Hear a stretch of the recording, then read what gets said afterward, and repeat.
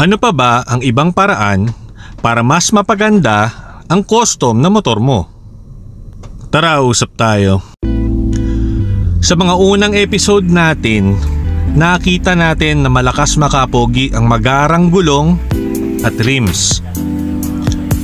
Ngayon, pag-uusapan natin kung paano gaganda ang motor nyo sa hugis ng tangke or gas tank. Ang gas tank, parang katawan niya ng motor. Madalas, mas malaking tangke, mas brusko tingnan.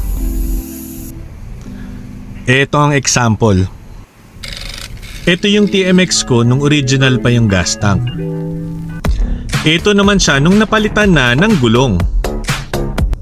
At ito siya nung napalitan na ng gulong at malaking tangke. Mas brusko, di ba? Ano sa tingin nyo?